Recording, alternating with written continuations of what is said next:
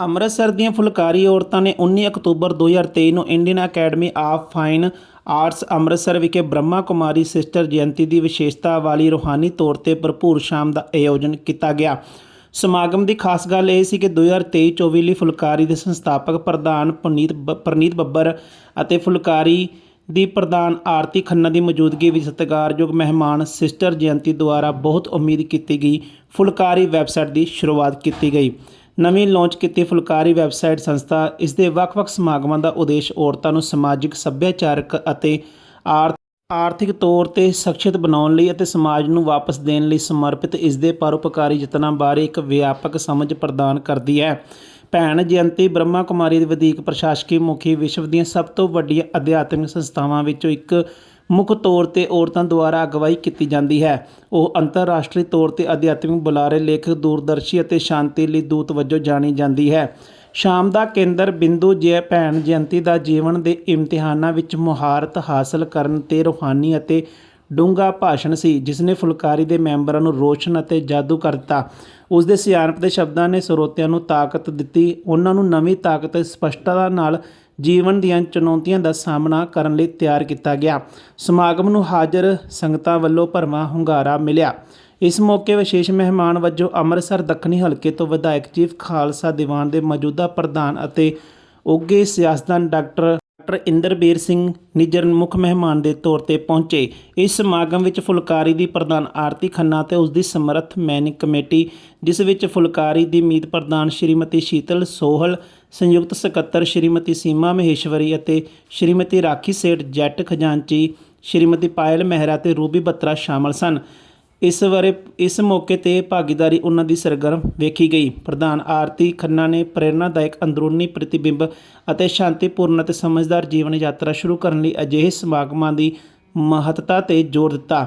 ਇਸ ਸਮਾਗਮ ਦਾ ਆਯੋਜਨ ਤਤਕਾਲੀ ਸਾਬਕਾ ਪ੍ਰਧਾਨ ਟੀਨਾ ਅਗਰਵਾਲ, ਐਕਟੀਵਿਟੀ ਚੇਅਰਪਰਸਨ ਗੰਗੂੰਜਨ ਮਿੱਤੜ ਅਤੇ ਇਵੈਂਟ ਚੇਅਰਪਰਸਨ ਗੁਨੀਸ਼ਾ ਖੁਰਾਨਾ ਦੀ ਅਗਵਾਈ ਵਿੱਚ सफलतापूर्वक किया गया। समस्याएं हर एक के सामने इतनी है जो मैं उसका लिस्ट वर्णन नहीं करनी चाहती हूँ, वो तो आप सब जानते ही हैं। परंतु आज के कार्यक्रम में हम ये बातें देखेंगे कि हम आंतरिक अपनी स्थिति को किस तरह से मजबूत करें, किस तरह से हम ऊंची बनाकर रखें, जो हम राइट डिसीजंस ले सकें।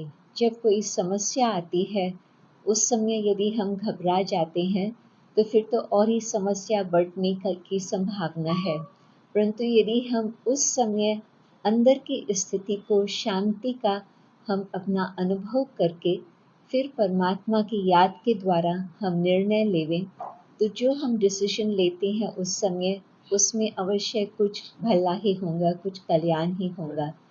तो मेन बात आज हम यहाँ पर जो उठाएंगे सबके साथ, वो ये बात है कि पहले खुद का ध्यान हो कि मेरी मन की स्थिति क्या है। बाहर की परिस्थितियों को तो हम देखते हैं दिनों दिन वो बढ़ती जा रही है।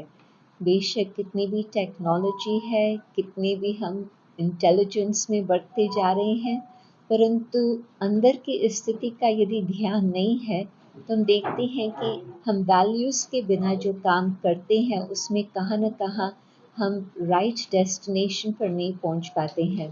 तो इस कारण से आज का यही संदेश है, पहले अपने मन में शांति हो, धीरज हो, सहनशीलता हो, पवित्रता की शक्ति हो, सत्यता की शक्ति हो, तो फिर जो हम कार्य करेंगे उससे हर एक के लिए फ़ायदा भी होगा, सुख भी प्राप्त होगा और हमारे संबंध भी बहुत अच्छे बनते जाएंगे और हर एक के सहयोग से हम इस संसार को अच्छा बना सकते हैं।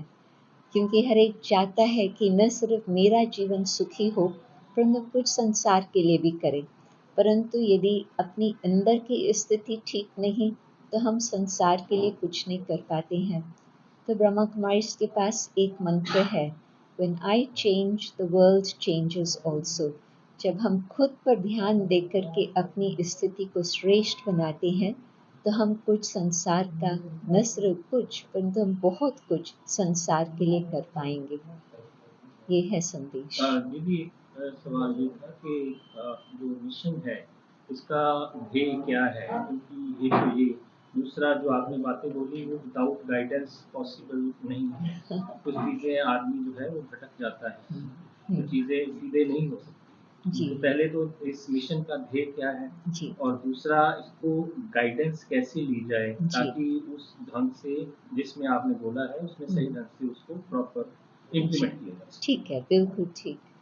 तो संस्था का जो लक्ष्य है ये है कि हर आत्मा अपने को जाने, परमपिता परमात्मा निराकार को जाने, और जब परमात्मा के साथ हमारा सही रीति से संबंध होगा तो फिर उस द्वारा जो हमें शक्तियाँ प्राप्त होती, उन शक्तियों के आधार पर हम संसार को भी अच्छा बना सके।